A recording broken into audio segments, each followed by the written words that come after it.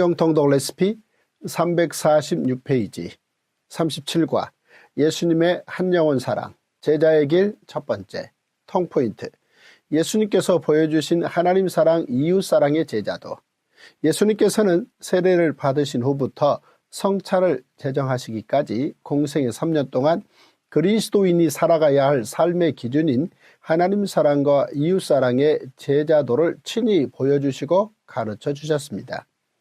예수님께 한 영혼은 공중나는 새들보다 들에 핀 백합화보다 돼지 2,000마리보다 그리고 온 천하보다 더 소중한 존재였습니다. 사복음서에 기록된 예수님의 한 영혼 사랑은 먹이시고 고치시고 가르치시고 용서하시고 기도하시는 사역으로 나타납니다. 예수님께서 제자의 길을 먼저 걸으시며 가르쳐 주신 것은 내 아버지께서 나라를 내게 맡기신 것 같이 나도 너희에게 맡겨. 제자된 그리스도인이 하나님 사랑과 이웃 사랑을 실천하며 하나님 나라를 이루어 가도록 하시기 위함입니다. 1. 먹이시고 예수님의 한 영혼 사랑을 위한 5가지 제자의 길 중 첫째, 먹이시고 이야기입니다. 예수님께서는 하나님의 형상을 따라 지음받은 인생들에게 하나님의 나라를 가르쳐 주시며 굶주린 백성들을 먹이시기 위해 땀 흘리셨습니다. 가나 혼인잔치 때의 포도주 기적. 예수님께서 공생애를 시작하시며 행하신 첫 번째 기적은 가나의 혼인잔치에서 물이 포도주가 되게 하신 기적입니다. 예수님께서 포도주 기적을 일으키신 것은 어머니 마리아의 부탁 때문이었습니다. 그때 예수님께서 마리아에게 내 때가 아직 이르지 아니하였나이다 라고 말씀하신 이유는 예수님의 사역은 하나님의 때에 하나님의 방법으로 이루어져야 할 것을 말씀하신 것입니다. 예수님의 첫 기적을 경험한 이들은 물을 떠온 하인들이었습니다. 그들은 예수님의 말씀에 순종함으로 첫 기적을 체험하는 영광을 누렸습니다. 이 기적을 통해 제자들이 예수님을 믿게 됩니다. 예수님의 첫 기적이 물로 포도주를 만드신 사건이었다면 예수님의 마지막 기적은 마지막 유월절의 첫 번째 성찬식을 거행하시며 예수님의 살과 피를 떡과 포도주로 기념하는 새 언약의 선포였습니다. 이는 그리스도인됨의 기적으로 이어집니다. 오병이어의 기적. 예수님의 오병이어 기적은 사복음서에 모두 기록되어 있습니다. 예수님께서 오병이어 기적을 행하신 이유는 첫째, 당시 가난한 유대 백성들을 불쌍히 여기시는 예수님의 마음 때문이었습니다. 둘째, 제자들에게 사명을 가르치시기 위함이었습니다. 셋째, 생명의 떡이신 예수님을 나타내시기 위함이었습니다. 예수님께서 가시는 곳마다 예수님에 관한 소문을 들은 많은 무리가 예수님께로 모여들었습니다. 예수님께서는 베세다까지 따라온 많은 사람에게 온종일 말씀을 가르치셨습니다. 날이 저물자 모인 사람들이 굶주린 것을 불쌍히 여기시고 예수님께서 그들에게 먹을 음식을 주시기로 하십니다. 하나님의 아들 예수님의 능력이라면 5,000명이나 되는 사람들 손에 떡과 물고기가 하나씩 뚝뚝 떨어지게 하실 수도 있었을 것입니다. 그러나 예수님께서는 제자들이 한 소년에게 건네받은 물고기 2마리와 보리떡 5개를 가지고 축사하신 후 제자들에게 바구니를 들고 뛰어다니며 나누어 주게 하십니다. 예수님께서는 기적 자체보다 그날 온종일 가르치셨던 하나님 나라 이야기가 사람들에게 더 기억되기를 원하셨습니다. 그래서 예수님께서는 다음 날 어제 먹은 떡을 기억하며 모여든 사람들에게 나는 생명의 떡이니 내게 오는 자는 결코 줄이지 아니할 터이요 나를 믿는 자는 영원히 목마르지 아니하리라 라고 말씀하셨습니다. 제자들과 함께 마지막 유월절 첫 번째 성찬식. 내가 고난을 받기 전에 너희와 함께 이 유월절 먹기를 원하고 원하였노라. 예수님께서는 이 날을 기다리고 기다리셨습니다. 예수님께서 제자들과 함께 이날 유월절 먹기를 그토록 원하시며 기다리신 것은 3년 전 갈릴리 바닷가로 제자들을 부르신 때부터였습니다. 더 거슬러 올라가면 1500년 전 애굽에서의 첫 번째 유월절 때부터였습니다. 예수님께서는 제사장 나라 유월절을 마지막으로 지키시고 이를 첫 번째 성찬식으로 만드시기 위해 기다리며 준비하셨습니다. 예수님께서는 이 유월절이 하나님의 나라에서 이루기까지 다시 먹지 아니하리라 라고 말씀하셨는데, 이는 하나님 나라에서 이루어질 유월절, 즉 어린 양의 혼인잔치 때까지 기다리심을 말씀하신 것입니다. 예수님께서는 제자들과 마지막 유월절 식사를 하신 후 떡을 떼어 주시며 받아서 먹으라, 이것은 내 몸이니라 라고 말씀하셨습니다. 유월절 어린 양의 몸을 먹는 것처럼 당신의 몸을 받아 먹으라고 말씀하신 것입니다. 음식은 사람의 몸으로 들어가 하나가 됩니다. 이렇게 제자들에게 떡을 떼어 주신 후 예수님께서는 이번에는 잔을 가지시고 너희가 다 이것을 마시라, 이것은 죄사함을 얻게 하려고 많은 사람을 위하여 흘리는 바 나의 피 곧 언약의 피니라 라고 말씀하십니다. 이는 십자가 하늘 지성소에서 단번 제사로 흘리는 예수님의 피로 세운 언약을 말씀하신 것입니다. 예수님께서 베푸신 첫 번째 성찬식을 통해 우리는 유월절 이 날을 기념하라가 아닌 예수님의 나를 기념하라를 실천하는 그리스도인이 됩니다. 예수님께서는 공생의 기간에 오병이어의 기적과 칠병이어의 기적을 통해 사람들을 먹이시며 하나님 나라에 보이는 말씀을 나타내셨습니다. 마찬가지로 성찬식도 예수님께서 제자들과 함께한 3년 공생의 마지막 날에 행하신 보이는 말씀의 기적이었습니다. 부활하신 후 엠마오 제자들과 부활하신 예수님께서는 엠마오로 가는 두 제자에게 나타나셔서 그들과 대화하셨습니다. 두 제자는 부활하신 예수님과 대화를 나누면서도 부활을 믿지 못하고 있었습니다. 그러다가 예수님과 음식을 나눌 때 비로소 눈이 밝아져 부활하신 예수님을 알아보게 됩니다. 두 제자는 그때로부터 즉시 예루살렘으로 돌아가 부활의 주님을 간증하기 시작했습니다. 부활하신 후 티베리아 바닷가에서 제자들과 부활하신 예수님께서 7명의 제자 앞에 나타나셨습니다. 그때 제자들은 갈릴리에서 함께 모여 고기를 잡기 위해 나갔으나 밤이 새도록 고기를 한 마리도 잡지 못했습니다. 예수님께서 그곳에 찾아오셨지만 제자들은 예수님을 알아보지 못했습니다. 예수님께서는 사내들인 공회에 잡히시던 날 이미 제자들에게 부활 후 갈릴리에서 만날 것이라고 말씀하신 적이 있습니다. 그리고 부활 직후 여인들에게 내 형제들에게 갈릴리로 가라 하라 라고 말씀하셨습니다. 제자들이 갈릴리 바다로 찾아오신 예수님을 아직 알아보지 못하고 있을 때 요한이 가만히 보더니 주님이시라 라고 말합니다. 그 말을 들은 베드로가 겉옷을 두르더니 예수님께 나아가기 위해 바다로 뛰어듭니다. 베드로는 예수님의 공생의 3년 동안의 경험을 통해 예수님이 어떤 분이신지 알게 되었습니다. 예수님께서는 자신 같은 죄인을 부르러 오셨다는 사실, 아무리 큰 죄를 지은 사람이라도 한없는 사랑으로 품어주시고 용서해 주신다는 사실을 베드로는 이제 더 확실하게 깨달았습니다. 그래서 한없이 부끄러운 자신의 과거에도 불구하고 두 팔 벌려 자신을 기다려주시는 예수님 앞으로 용기를 내어 달려갔던 것입니다. 부활하신 예수님께서는 티베리아 호숫가에서 숯불을 지펴 생선과 떡을 준비해 놓으시고 제자들을 식사에 초대하셨습니다. 이는 마치 십자가를 지시기 전날 밤 제자들과 함께 마지막 유월절을 첫 번째 성찬식으로 보내셨던 모습과 같았습니다. 예수님께서는 이처럼 부활하신 후에도 낙심과 절망 가운데 빠져 있던 제자들을 찾아오셔서 다시 힘을 주시기 위해 함께 식사를 하셨던 것입니다.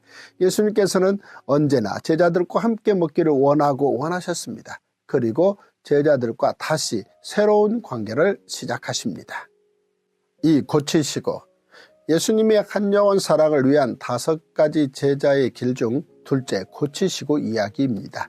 예수님께서는 질병으로 고통 가운데 있는 백성들을 불쌍히 여기시고 긍휼을 베푸셔서 치유해 주셨습니다. 예수님의 그 마음이 결국 우리를 죄에서 구원해 주시고 하나님의 자녀가 되게 해 주신 것입니다. 나병 환자를 고치시다. 제사장에게 보이라. 예수님께서는 공생의 3년 동안 수많은 환자를 고쳐주신 후 그들에게 다른 사람에게는 말하지 말라라고 말씀하셨습니다. 그러나 나병 환자를 고쳐주신 후에는 사람들에게는 말하지 말고 다만 가서 제사장에게 내 몸을 보이고 모세가 명한 예물을 드려 그들에게 입증하라 라고 말씀하셨습니다. 이는 레위기 13, 14장에 나오는 제사장 나라 율법대로 제사장에게 확인을 받아 다시 공동체로 복귀할 수 있도록 하신 말씀입니다. 예수님께서는 십자가를 지시기 전까지 구약 성경의 기록대로 제사장 나라 법을 지켜 행하셨습니다. 그러나 예수님께서 십자가에서 다 이루었다라고 하신 순간부터 제사장 나라 법은 더 이상 유효하지 않습니다. 성전 휘장이 찢어짐으로써 대제사장이 지성소에 들어갈 이유가 사라지고 대제사장의 지도를 받는 제사장의 역할도 끝나기 때문입니다. 이제 예수님의 십자가 이후의 모든 치유는 오직 보혈의 능력으로 이루어집니다. 백부장의 하인을 고치시다. 예수님께서는 병자를 보지 않으시고 오직 말씀만으로도 고쳐주셨습니다. 바로 가버나움에서 백부장의 하인을 고쳐주신 일입니다. 로마인 백부장은 자신의 사랑하는 종이 병들어 죽게 되자 예수님에 대한 소문을 듣고 와서 그를 고쳐주실 것을 간청했습니다. 그는 예수님의 말씀만으로도 자신의 종이 충분히 나을 수 있다고 믿었고 그 사실을 예수님께 말씀드렸습니다. 그러자 예수님께서는 백부장의 믿음을 칭찬하시며 그의 종을 고쳐주셨습니다.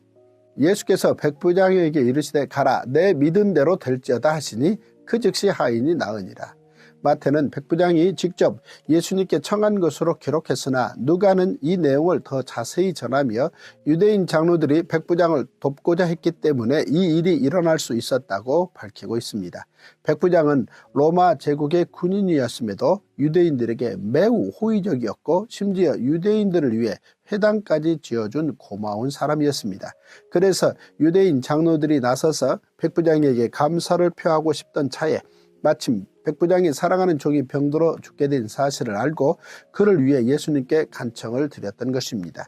예수님의 말씀이면 충분하다는 백부장의 믿음은 보통 사람들은 상상하기 어려운 참으로 월등한 믿음이었습니다. 예수님께서는 백부장의 그 놀라운 믿음을 보시고 모든 민족을 향한 구원에 대해 말씀하셨습니다. 성경에 어떤 백부장으로 이름 없이 기록되었지만 그는 놀랍게도 우리 예수님께 최고의 믿음을 가진 사람이라는 평가를 받았습니다. 이 백부장은 사도행전에 나오는 로마 제국의 또 다른 백부장인 고넬료와 같은 믿음의 사람이었습니다. 날 때부터 맹인된 사람을 안식일에 고치시다. 날 때부터 맹인된 사람을 낫게 하신 기적 이야기는 제자들이 이 사람이 맹인으로 난 것이 누구의 죄로 인함이니까? 라고 묻는 질문에서 시작되었습니다. 이는 당시 유대인들의 생각을 잘 보여주는 질문으로 그들은 질병을 죄에 대한 하나님의 처벌로 여겼습니다. 이에 대해 예수님께서는 이 사람이나 그 부모의 죄로 인한 것이 아니라 그에게서 하나님이 하시는 일을 나타내고자 하심이라 라고 답하셨습니다. 그리고 이사야에 이미 예고된 대로 예수님께서 세상의 빛이심을 선언하신 후 맹인을 고쳐주십니다. 그가 예수님의 말씀에 순종하여 실로암 못에 가서 씻자 병이 나아 눈을 뜨게 되었습니다. 인생들의 작은 믿음의 순종이 이렇게 놀라운 기적을 일으킵니다. 그런데 바리새인들이 이 일을 두고 시시비비를 가리려 하면서 문제가 커지게 됩니다. 예수님께서 병자를 고치신 날이 안식일이었고 사내들인 공회는 율법을 근거로 고침을 받은 사람을 유대교에서 출교시키려 했기 때문입니다. 그러나 그는 사내들인 공회의 출교 협박에도 굴하지 않고 많은 사람 앞에서 예수님을 하나님께로부터 온 선지자라고 증언했습니다. 출교를 무릅쓰고 예수님을 믿은 그 사람에게 예수님께서는 내가 심판하러 이 세상에 왔으니 보지 못하는 자들은 보게 하고 보는 자들은 맹인이 되게 하려 함이다 라고 말씀하시며 그 자리에 함께 있던 바리새인들을 책망하셨습니다. 이처럼 안식일의 주인이신 예수님께서는 안식일에도 많은 기적을 행하시며 수많은 병자를 고쳐주셨습니다. 이는 마치 제사장 나라의 제사장들이 안식일의 성전에서 수많은 제사자가 하나님과 만날 수 있도록 돕기 위해 일하는 것과 다르지 않았습니다. 한마디로 안식일의 진정한 주인이신 예수님께서 가장 안식일다운 안식일을 보내신 것입니다. 안식일에 선을 행하는 것과 악을 행하는 것, 생명을 구하는 것과 죽이는 것, 어느 것이 옳으냐 하시며 무리를 둘러보시고 그 사람에게 이르시되 내 손을 내밀라 하시니 그가 그리하매 그 손이 회복된지라. 죽은 나사로를 살리시다. 나사로가 병들었다는 소식을 들으신 예수님께서는 이 병은 죽을 병이 아니라 하나님의 영광을 위함이요 하나님의 아들이 이로 말미암아 영광을 받게 하려 함이라 라고 말씀하셨습니다. 예수님께서는 하나님의 때를 기다리신 후 나사로가 죽은 후에야 그에게 가셨습니다. 그리고 놀라운 말씀을 하십니다. 나는 부활이요 생명이니 나를 믿는 자는 죽어도 살겠고 무릇 살아서 나를 믿는 자는 영원히 죽지 아니하리니 이것을 내가 믿느냐? 마르다는 예수님의 이 말씀을 마지막 날의 부활로 생각했지만 예수님께서는 죽은 나사로를 살리심으로 예수님이 생명의 주관자이심을 밝히 드러내시려 한 것이었습니다. 나사로의 죽음을 보시고 흘리신 예수님의 눈물은 부활이요 생명 되신 예수님을 아직 알지 못하고 살아가는 이들을 불쌍히 여기시는 눈물이었을 것입니다. 그런데 예수님께서 죽었던 나사로를 살리신 일은 너무나도 믿기 어려운 기적이었기에 상당한 후폭풍이 일어났습니다. 사람들의 반응은 첫째, 예수님께서 죽은 나사로를 살리신 것을 보고 예수님을 하나님의 아들로 믿는 사람들이 있었습니다. 둘째, 예수님의 행적을 사내들인 공회에 밀고 하는 사람들이 있었습니다. 셋째, 이 일로 인해 사내들인 공회가 긴급 소집되었고 공회 의장인 대제사장 가야바가 나서서 예수님의 처형을 주장했습니다. 그는 한 사람을 죽이는 것이 자기 민족을 위한 길이라고 주장했습니다. 넷째, 예수님을 죽이려는 모의가 본격적으로 시작되었습니다. 사내들인 공회원들은 예수님께서 날 때부터 맹인이었던 사람의 눈을 뜨게 하시고 죽은 나사로를 살리신 일을 보았음에도 불구하고 예수님을 하나님의 아들이라고 믿는 대신 다가오는 유월절 그 아름다운 명절에 예수님을 죽일 모략을 세웠습니다. 인생들을 불쌍히 여기시며 사랑하시는 하나님의 도우심에는 한계가 없습니다. 날 때부터 맹인이었던 사람을 고치신 일이나 죽은 나사로를 살리신 일은 인간의 절대적인 한계를 뛰어넘는 생명의 주인 되신 예수님만이 하실 수 있는 일입니다. 예수님께서는 그 일을 행하심으로 하나님의 영광을 나타내셨고 사람들이 하나님을 믿도록 하셨습니다. 3. 가르치시고 예수님의 한 영혼 사랑을 위한 5가지 제자의 길 중 셋째, 가르치시고 이야기입니다. 예수님의 가르침의 핵심은 하나님 나라입니다. 예수님께서는 누구든지 쉽게 이해할 수 있도록 사람들이 가장 잘 알고 있는 비유를 들어 하나님 나라를 설명해 주셨습니다. 니고데모와의 대화. 사도 요한은 바리새인 니고데모와 예수님의 만남 이야기를 대화 형식으로 기록했습니다. 유대인의 지도자이자 선생이며 바리새인이고 사내들인 공회원이었던 니고데모는 예레미야의 새언약 예고를 믿고 메시아를 소망하는 사람이었습니다. 그는 이후에 예수님을 잡으려는 바리새인들에 맞서 예수님을 변호했고 이후에는 아리마대 사람 부자 요셉과 함께 예수님의 장례를 치른 사람입니다. 니고데모는 예수님께서 행하신 표적을 보고 예수님께서 하나님께로부터 오신 선생임을 알게 되었다고 고백했습니다. 니고데모가 예수님의 신분에 대해 말한 것입니다. 그런데 니고데모의 고백을 들으신 예수님께서는 그의 관심을 거듭남의 주제로 바꾸어 주셨습니다. 니고데모가 하나님 나라를 기다리는 사람임을 아셨기 때문입니다. 예수께서 대답하여 이르시되 진실로 진실로 내게 이르노니 사람이 거듭나지 아니하면 하나님의 나라를 볼 수 없느니라.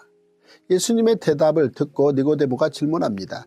사람이 늙으면 어떻게 날 수 있사옵나이까? 두 번째 모태에 들어갔다가 날 수 있사옵나이까? 이에 예수님께서는 거듭남이란 물과 성령으로 다시 태어나는 것이라고 답해 주십니다. 예수님께서 말씀하신 거듭남은 새로운 피조물이 되는 것이며 하나님의 아들을 믿는 믿음으로 얻는 것입니다. 이는 말라기에서 주께서 어떻게 우리를 사랑하셨나이까? 라는 이스라엘 백성의 질문이 있은 지 400여 년 만에 하나님께서 주신 답입니다. 하나님이 세상을 이처럼 사랑하사 독생자를 주셨으니 이는 그를 믿는 자마다 멸망하지 않고 영생을 얻게 하려 하심이라. 하나님께서는 세상을 사랑하시되 이처럼 즉 하나님의 독생자 예수 그리스도를 내어주시기까지 사랑하십니다. 하나님의 사랑의 깊이와 넓이가 무한하며 영원함은 하나님께서 사랑의 증표로 주신 예수 그리스도를 통해 알 수 있습니다. 이것이 우리가 받은 변함없는 하나님의 사랑입니다. 산상수훈, 예수님께서는 하나님 나라를 산 위에서나 들녘에서나 많은 사람에게나 한 영혼에게나 언제든지 누구에게든지 가르치셨습니다. 예수님께서 입을 열어 하늘의 비밀을 전하신 것입니다. 그중 하나가 산상수훈입니다. 산상수훈은 모세의 율법 이후 예수님께서 유대 백성들에게 직접 들려주신 새 율법이자 새 기준이었습니다. 특히 마태가 산상수훈을 마태복음 5장에서 7장에 묶어서 기록했기에 우리는 예수님께서 직접 말씀해 주시는 것과 같은 느낌으로 예수님의 말씀을 들을 수 있습니다. 반면 누가는 산상수훈의 일부는 누가복음 6장의 평지수훈으로 기록하고 나머지 내용은 누가복음 11장에서 16장 사이에 흩어 기록했습니다. 마태는 복 있는 사람을 중심으로, 누가는 복과 화를 대비하여 기록했습니다. 그러므로 산상수훈과 평지수훈은 보완적으로 읽어야 합니다. 예수님께서 산에 올라가 선포하신 첫 말씀은 복에 대한 것입니다. 심령이 가난한 자는 복이 있나니 천국이 그들의 것이며, 애통하는 자는 복이 있나니 그들이 위로를 받을 것이며, 온유한 자는 복이 있나니 그들이 땅을 기업으로 받을 것이며, 의에 주르고 목마른 자는 복이 있나니 그들이 배부를 것이며, 긍휼히 여기는 자는 복이 있나니 그들이 긍휼히 여김을 받을 것이며, 마음이 청결한 자는 복이 있나니 그들이 하나님을 볼 것이며, 화평하게 하는 자는 복이 있나니 그들이 하나님의 아들이라 일컬음을 받을 것이며, 의를 위하여 박해를 받은 자는 복이 있나니 천국이 그들의 것입니다. 예수님께서 말씀하신 복은 세상 사람들이 생각하는 복의 개념과는 완전히 다릅니다.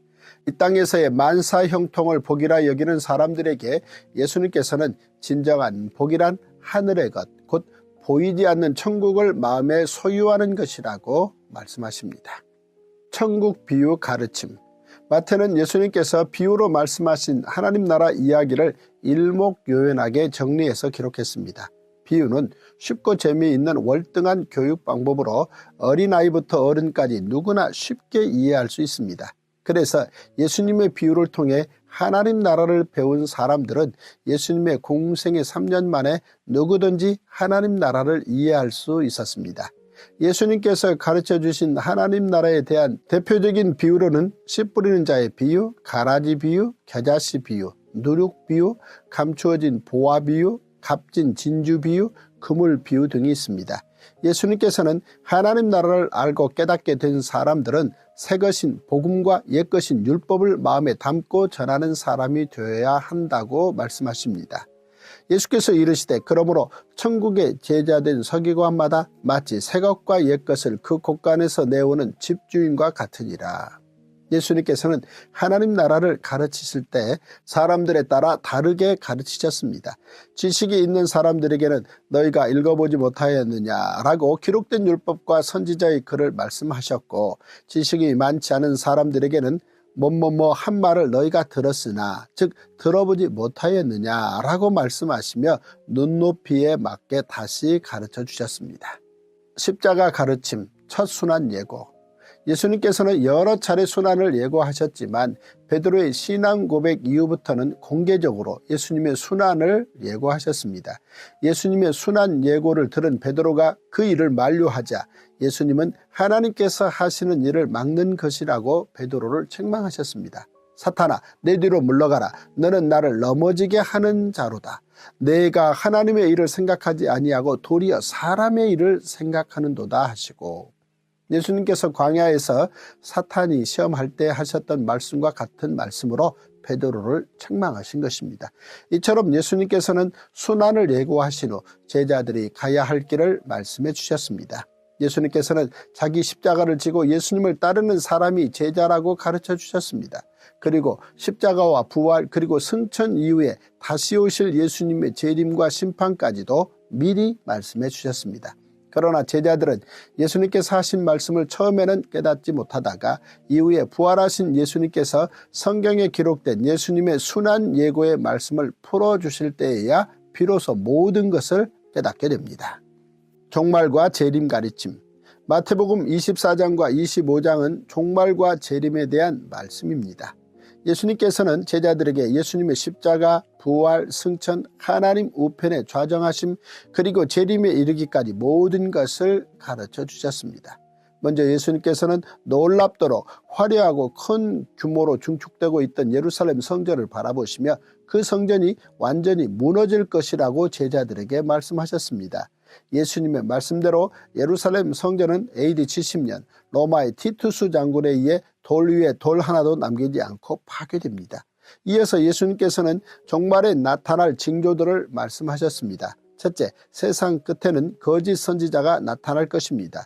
둘째, 전쟁과 기근 그리고 지진 등의 소식이 들리기 시작할 것입니다. 셋째, 그리스도인들에 대한 박해가 심해지고 거짓 선지자가 많이 일어나 그리스도인들을 미혹할 것입니다. 넷째, 모든 민족에게 복음이 전파될 것입니다. 놀라운 사실은 예수님께서 제자들에게 말씀하신 종말에 관한 모든 내용이 그때로부터 60여 년 후 사도 요한이 patmos섬에서 기록하게 되는 요한계시록 내용의 전반적인 밑그림이 된다는 것입니다.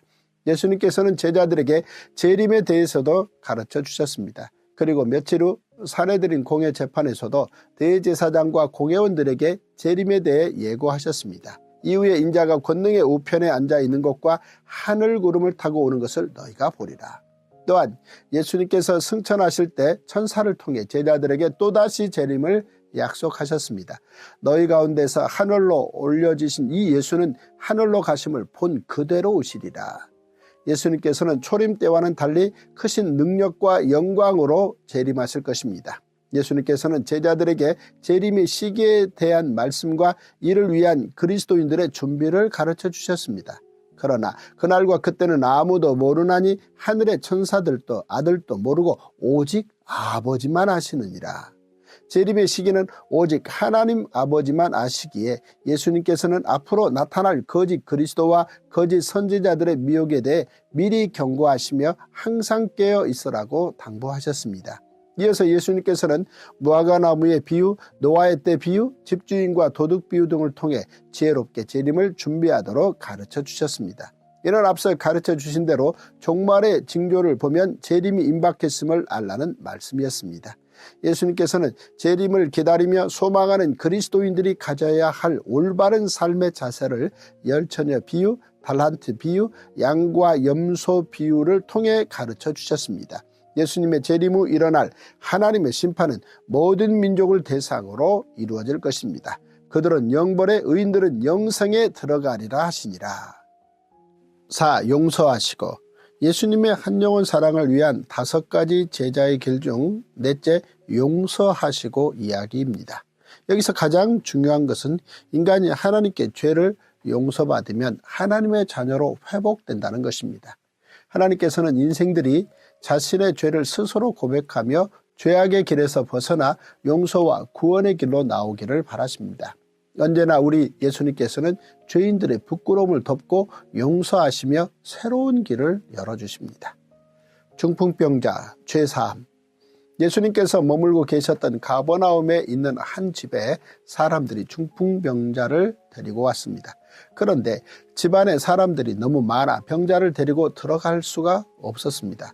그래서 거동을 할 수 없는 중풍병자를 침상째 메고 지붕으로 올라가 지붕 기와를 걷어내기까지 하며 예수님 앞으로 데려왔습니다. 이에 예수님께서는 병자를 고치려고 애쓴 사람들의 믿음을 귀히 여기시며 중풍병자를 고쳐주시는데 놀랍게도 그에게 죄사함을 선포하십니다. 예수께서 그들의 믿음을 보시고 중풍병자에게 이르시되 작은 자야 내 죄사함을 받았느니라 하시니, 여기에서 그들의 믿음을 보시고 라는 표현은 예수님께서 항상 강조하시는 말씀으로 예수님의 관심이 다름 아닌 믿음에 있다는 것을 보여주십니다. 예수님께서는 그들의 믿음을 보시고 중풍병자를 고쳐주시며 그에게 내 죄사함을 받았느니라 라고 선언하신 것입니다. 마태는 이를 두고 어떤 서기관이 이 말씀을 신성모독으로 받아들였다고 기록하고 있습니다. 예수님께서 중풍병자에게 죄사함을 선포하신 것은 우리 인생들의 죄를 사하실 수 있는 능력과 힘이 예수님께 있음을 나타내신 것입니다. 예수님의 죄사함 선포를 듣고 당시 바리새인들은 이를 신성모독이라 생각하여 헤롯 당과 함께 힘을 합쳐 예수님을 죽이고자 모의합니다. 주기도문의 용서. 예수님께서는 제자들에게 하나님을 아버지라 부르며 기도하라고 가르쳐 주시면서 이렇게 기도하라라는 기도의 모범을 주셨습니다. 하늘에 계신 아버지를 위한 기도는 아버지의 이름이 거룩히 여김을 받으시기를, 아버지 나라의 통치가 임하시기를, 아버지의 뜻이 하늘에서도 땅에서도 이루어지기를 구하는 것입니다. 이어지는 우리를 위한 기도는 일용할 양식을 구하고 우리가 형제를 용서한 것과 같이 우리 죄도 용서해 주시기를 구하고 시험에 들지 않게 하시고 악에서 구해 주시기를 구하는 것입니다. 예수님께서 가르쳐 주신 주의 기도를 통해 배웠듯이 우리가 용서받기 위한 조건은 남의 잘못을 먼저 용서하는 것입니다. 우리는 매일 누군가를 용서하며 살아야 합니다. 그래야 우리도 하나님 앞에서 우리 죄를 용서받으며 살아갈 수 있습니다. 너희가 사람의 잘못을 용서하면 너희 하늘 아버지께서도 너희 잘못을 용서하시려니와 너희가 사람의 잘못을 용서하지 아니하면 너희 아버지께서도 너희 잘못을 용서하지 아니하시리라. 용서에 대한 가르침 베드로. 잘못한 형제에 대한 예수님의 가르침이 끝나자 베드로가 예수님께 용서에 대해 질문하며 보통 3번의 용서보다 더 크게 7번의 용서를 제시합니다. 그러자 예수님께서는 내게 이르노니 7번뿐 아니라 7번을 70번까지라도 할지니라 라고 말씀하셨습니다. 이는 용서는 횟수의 제한 없이 끝까지 용서해야 한다는 뜻입니다. 예수님께서는 비유를 통해 끝까지 용서해야 하는 이유를 가르쳐 주셨습니다. 어떤 주인에게 10,000달란트 빚진 사람이 그 많은 빚을 탕감받고도 자신에게 100데나리온 빚진 사람을 용서하지 않았을 때 일어날 결과를 말씀하시며 우리도 용서받은 것처럼 형제를 마음으로부터 용서해야 함을 가르쳐 주셨습니다. 십자가 용서. 대제사장과 서기관, 바리새인들 그리고 베세다 들녘에서 물고기와 보리떡의 기적을 체험하며 음식을 먹었던 백성들까지 합세해 예수님을 오해했습니다. 그들은 예수님이 하나님을 모독했고 백성들의 삶을 피폐한 상황으로 몰아갔으며 평화를 지켜주는 로마에 대한 저항을 선동했다고 주장했습니다. 이러한 말도 안 되는 오해로 그들은 결국 예수님을 십자가에 못 박았습니다. 오해로 가득한 그 순간, 끝이 보이지 않는 칠흑 같은 그 순간, 십자가를 지시고 피 흘리시는 바로 그 순간에도 예수님께서는 그들을 위하여 기도하셨습니다. 아버지, 저들을 사하여 주옵소서. 자기들이 하는 것을 알지 못함이니이다. 이후 스데반이 돌에 맞아 순교할 때 예수님께서 십자가에서 드리신 그 기도를 스데반도 따라 기도하며 십자가의 길을 가는 진정한 제자의 모습을 보여줍니다. 그들이 돌로 스데반을 치니 스데반이 부르짖어 이르되 주 예수여 내 영혼을 받으시옵소서 하고 무릎을 꿇고 크게 불러 이르되 주여 이 죄를 그들에게 돌리지 마옵소서 이 말을 하고자 하니라. 5. 기도하시고. 예수님의 한 영혼 사랑을 위한 5가지 제자의 길 중 5째 기도하시고 이야기입니다. 사복음서에는 예수님께서 기도하셨다는 기록이 많습니다. 예수님께서는 수많은 사람에게 하나님 나라를 가르치시고 각색 병자를 고쳐주시며 식사하실 겨를도 없이 바쁜 공생애를 보내시면서 항상 기도하셨습니다. 제자를 선택하시기 전 기도하심. 예수님께서는 공생애를 시작하시기 전에 40일 동안 광야에서 금식하며 기도하셨고 공생애 3년 동안에도 늘 기도하셨으며 마지막 십자가 사역을 앞두고도 기도하셨습니다. 그리고 고통의 십자가 위에서도 하늘에 하나님께 기도하시며 우리에게 기도의 모범을 보여주셨습니다. 우리가 하나님께 기도해야 하는 가장 중요한 이유는 하나님의 아들 예수님도 하늘에 하나님께 기도하셨기 때문입니다. 우리는 예수님께서 보여주신 기도의 모범을 성경을 통해 배우고 따라 기도해야 합니다. 예수님께서는 사도행전 30년을 미리 준비하시며 공생의 3년을 동행할 12명의 제자를 직접 선택하셨습니다. 먼저 베드로, 안드레, 야고보, 요한 그리고 세리인 마태를 제자로 선택하시고 남은 7명도 선택하셨습니다. 누가는 예수님께서 12제자를 선택하시기 전에 산으로 가셔서 밤이 새도록 기도하셨다고 기록합니다. 제자들이 예수님과 함께 동고동락한 3년은 예수님 곁에서 많은 것을 배우고 복음을 전하시는 사역을 돕는 시간이었습니다. 앞으로 그들은 예수님께서 승천하신 후에는 사도가 되어 하나님 나라의 거룩한 공직자로서 지상명령을 수행해야 합니다. 그 사명을 감당할 수 있도록 예수님께서 그들을 위해 밤이 새도록 기도하신 것입니다. 주기도문과 산상수훈의 기도 가르침. 예수님께서는 기도의 모범으로 주의 기도를 가르쳐 주셨습니다. 그 전에 기도에 대한 몇 가지 전제를 말씀하셨습니다. 길거리 기도는 NO. 이미 자기 상을 받았기 때문입니다. 골방 기도는 OK. 은밀하게 보시는 하나님께서 들으시기 때문입니다. 중언부언 기도는 NO. 말을 많이 해야 하나님께서 들으시는 것이 아닙니다. 하나님께서 우리에게 있어야 할 것을 미리 아신다는 믿음으로 기도하라는 것입니다. 그리고 하나님을 아버지라고 부르라고 가르쳐 주셨습니다. 예수님께서 가르쳐 주신 하나님은 은밀한 중에 보시는 하나님이십니다. 사람들은 외모, 곧 눈에 보이는 부분으로 평가하지만 하나님께서는 사람의 중심을 보십니다.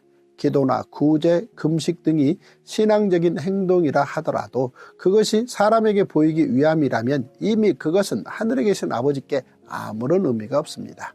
하나님의 기준에 의하면 외모상 거룩해 보이는 바리새인들의 마음에는 오히려 악한 생각이 가득하다는 것입니다. 그러나 겉모습은 부족해 보일지라도 진실한 마음으로 하나님과 이웃을 사랑하는 사람은 은밀하게 보시는 하나님의 눈에는 의로운 사람입니다.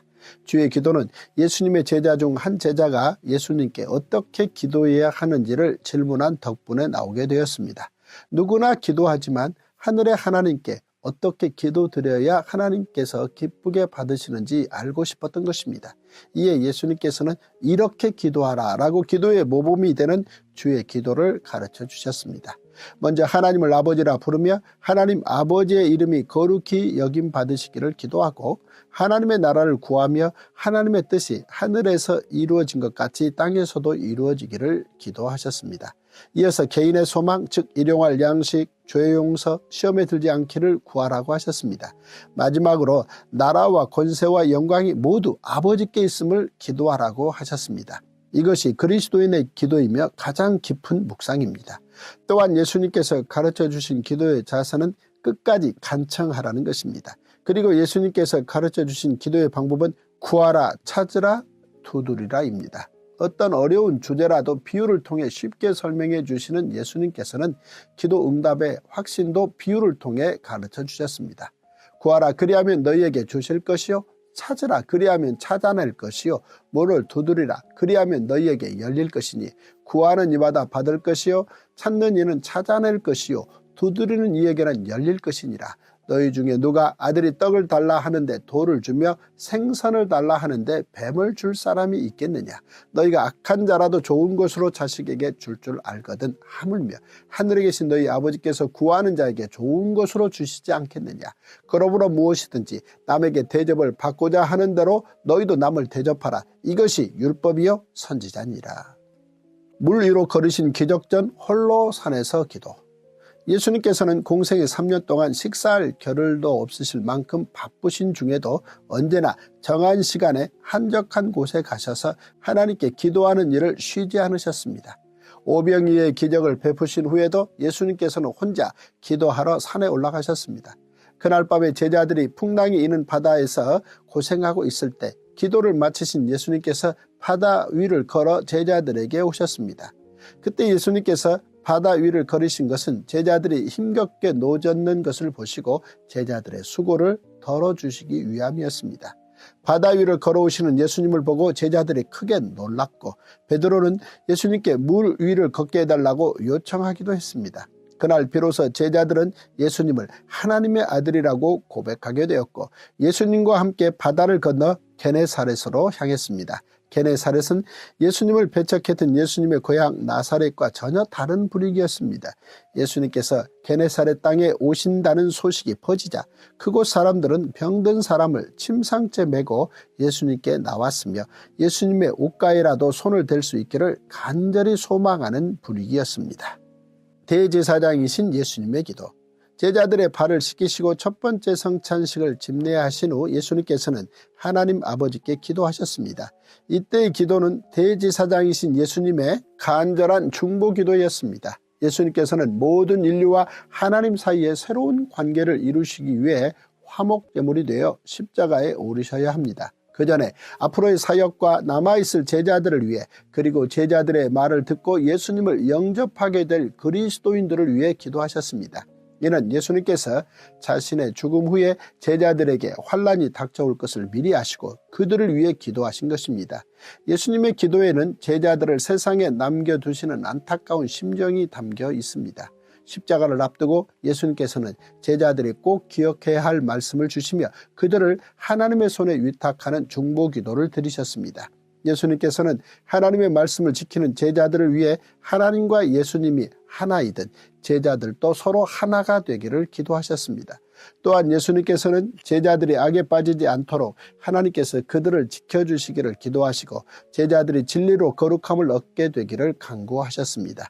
이렇게 예수님께서는 하나님께 제자들을 맡기는 기도를 드리시며 더 큰 동역의 밑그림을 그리셨습니다. 예수님의 기도는 하나님께서 제자들과 변함없이 함께 하시기를 바라는 간절한 기도였습니다. 이때 드린 예수님의 마지막 기도는 마치 유언과도 같이 제자들의 마음에 깊이 새겨졌을 것입니다. 예수님께서는 하나님 나라 백성을 위해 기도하시면서 그들이 하나님의 영광에 참여하기를 간구하셨습니다. 그리고 십자가 사역을 완성하신 후 하나님 우편에 앉아 계시며 계속해서 하나님 나라 백성을 위해 간구하실 것입니다. 겟세마네 기도. 예수님께서는 공생애를 시작하시면서 광야 기도를, 십자가를 앞두시고는 겟세마네 기도를 드리셨습니다. 예수님께서는 마지막 유월절 식사를 마치신 후 습관에 따라 제자들과 겟세마네 동산으로 기도하러 가셨습니다. 예수님께서 몸소 행하시며 가르쳐 주신 좋은 습관은 바로 기도하는 습관이었습니다. 누가는 예수님의 습관까지 살펴 그 밤의 행적을 세밀하게 기록했습니다. 마테오와 마가는 그곳을 겟세마네 동산이라 했고 누가는 감람산이라고 기록했습니다. 예수님께서는 십자가를 지시기 전날 밤 겟세마네 동산에서 3번에 걸쳐 간절히 하늘의 하나님께 기도하셨습니다. 마가복음에서는 예수님께서 하늘의 하나님을 아버지여라고 부르셨다고 기록하고 있습니다. 이는 아들이 아버지를 친근하게 부를 때 쓰는 아람어 아바를 예수님께서 사용하신 것입니다. 마가는 아람어 아바와 헬라어 아버지를 함께 기록했습니다. 예수님의 십자가로 인해 우리도 하나님을 아버지로 부를 수 있게 되었습니다.